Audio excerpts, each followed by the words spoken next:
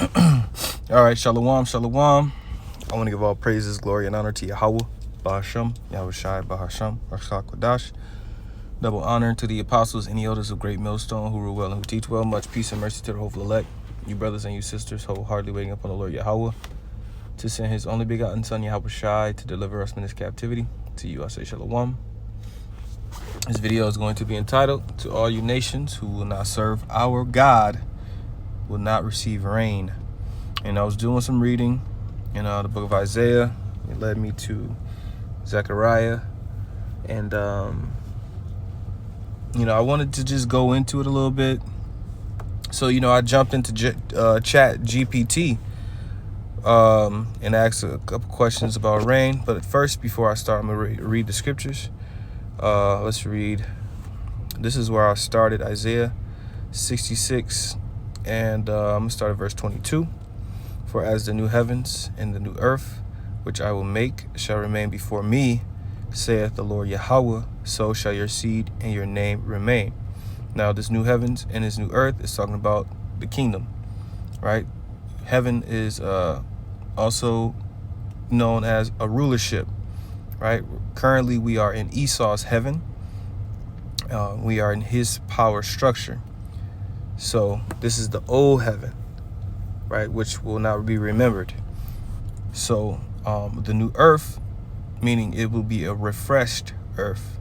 The earth is never going to be destroyed completely. There will be destructions on the earth. However, the earth abideth forever, as it is written in the book of Ecclesiastes. So verse 23. Oh, and it says, "Your seed shall," it says,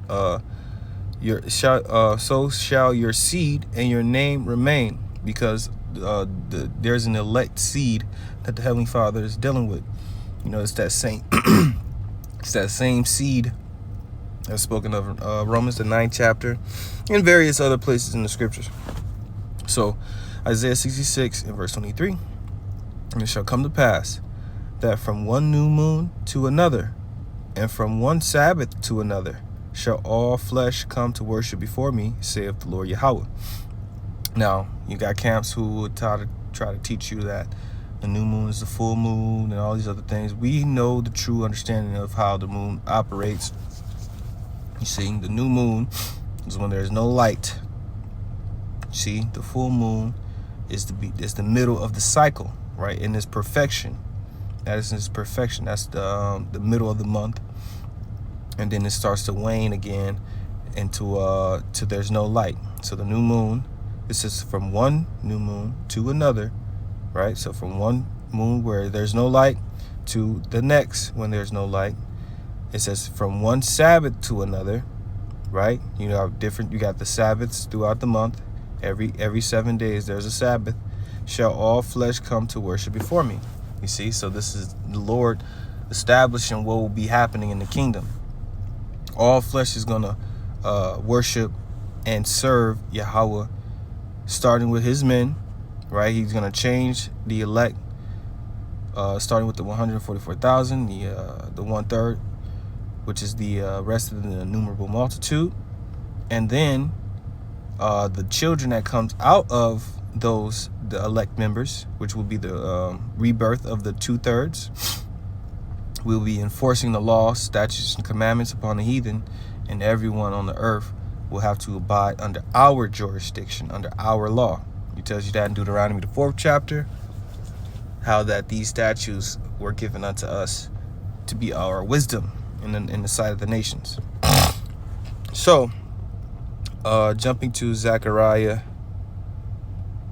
the 14th chapter and around the 16th verse. "If there is a time," which there will be, we'll put the spirit on some nations to disobey just so we can make an example out of their ass, because that's what the Lord did. The Lord rose up Egypt, made them a strong superpower in the earth, and he played the fuck out of them. Why? To show his power. So we're going to do the same thing. We might let some one of the nations get proud. Well, I'm tired of giving all our gold and our silver to the Israelites. I'm tired of it, right? And then they feel like they don't want to come and serve and worship.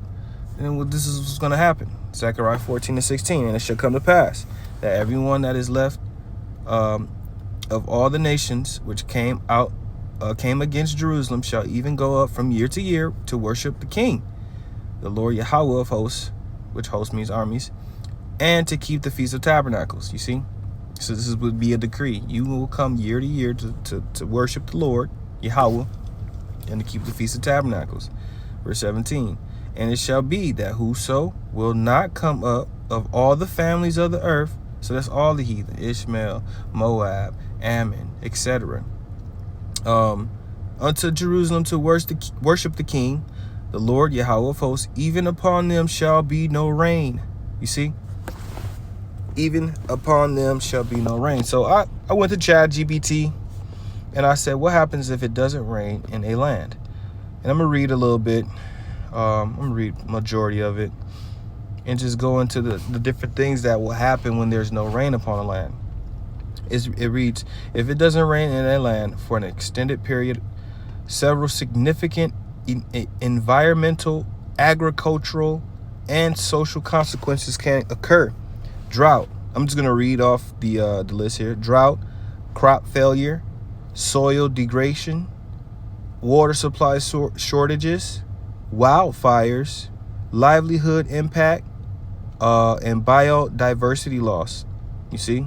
And it's funny, it's 7, right? 7 for completion. So it says drought.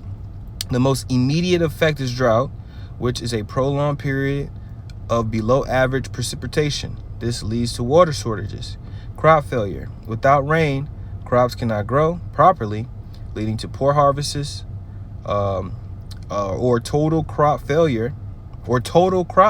So you can have a poor harvest, or just the crops just completely just don't grow. This can cause food shortages and higher food prices. So not only will you have water shortages, so you're gonna be thirsty, you're gonna be trying to water your cattle, water your family, whatever. You're also gonna have food shortages, so now you can't eat.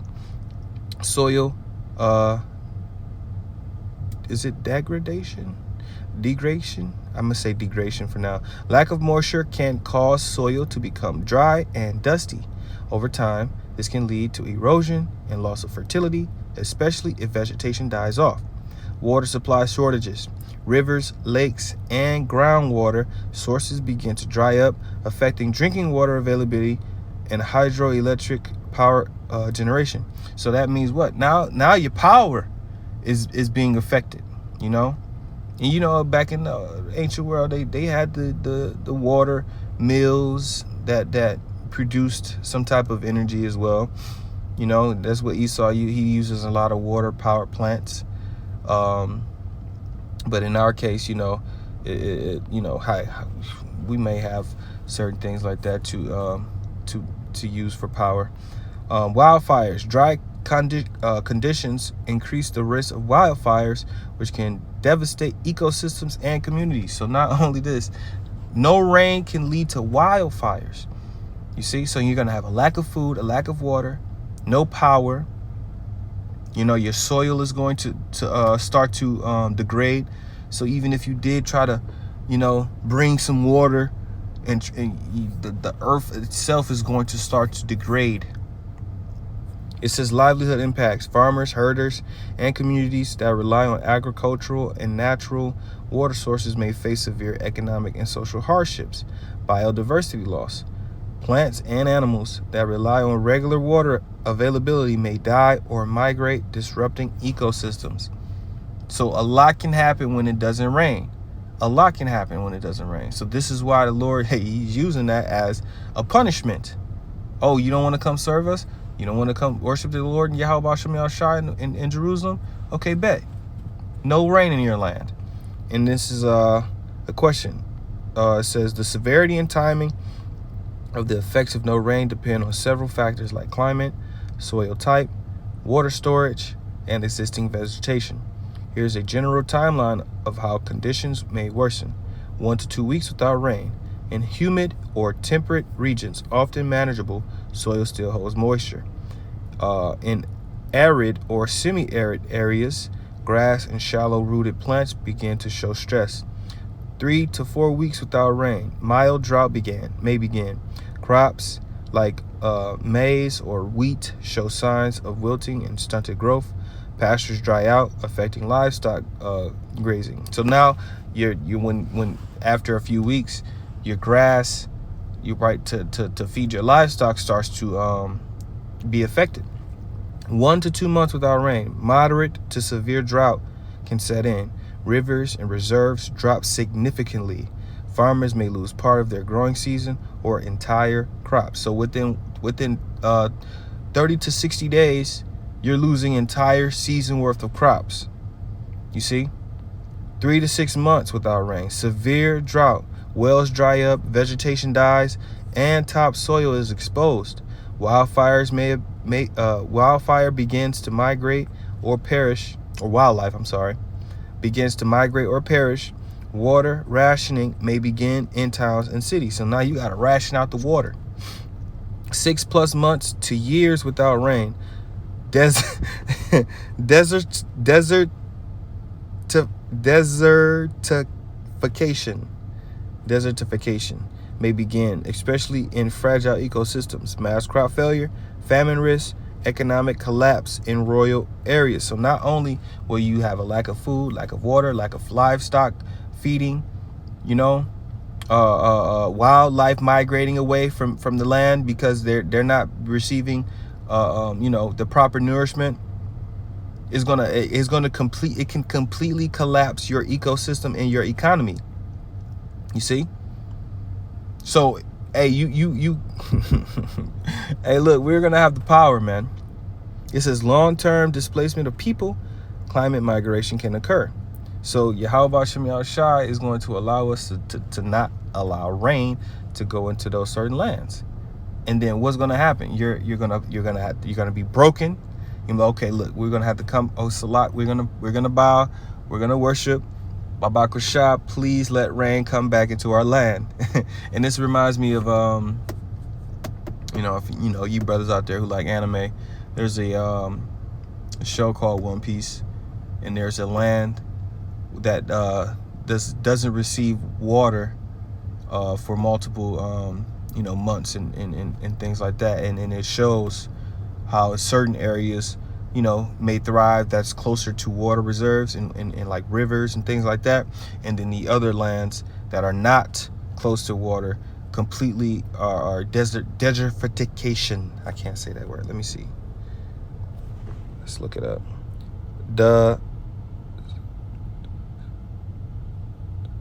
Desertification. Yes. The process by which fertile land becomes desert, typically as a result of drought, deforestation, or improper agriculture. So yeah, not having rain is very serious. You see? And this will be a punishment to those that don't come and serve the Lord. So the Lord has it to where when all this is set up, all the nations are going to have to come to us. Let me grab a precept. They're going to have to come to us. Yep. This is Isaiah 60:10. And the sons of strangers shall build up thy walls, and their kings shall minister unto thee. For in my wrath I have smote thee, but in my favor have I had mercy on thee. So, we went into multiple captivities. You have the curses upon us. However, the Lord is going to have mercy on us. Verse 11, therefore thy gates shall be open continually. They shall not be shut day nor night, that men may bring unto thee the forces of the Gentiles, and that their kings may be brought. You see? So what's going to happen? They're going to be bringing in their resources.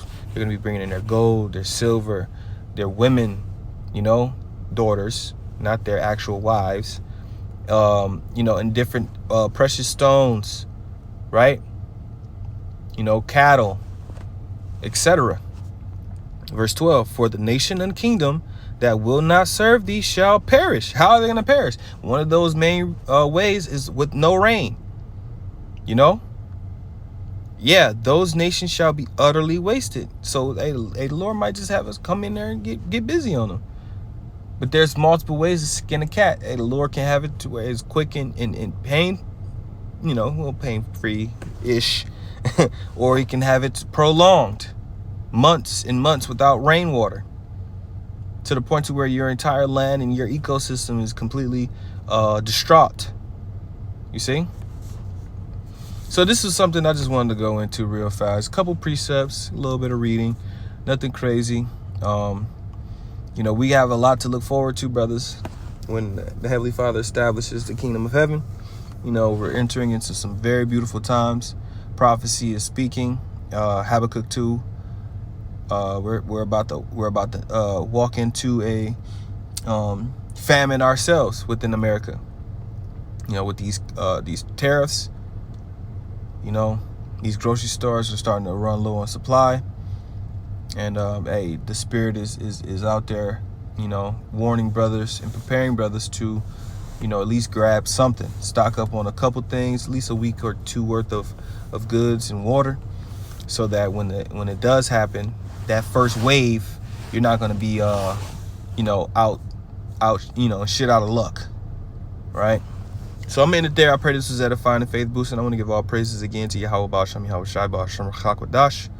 Shalom.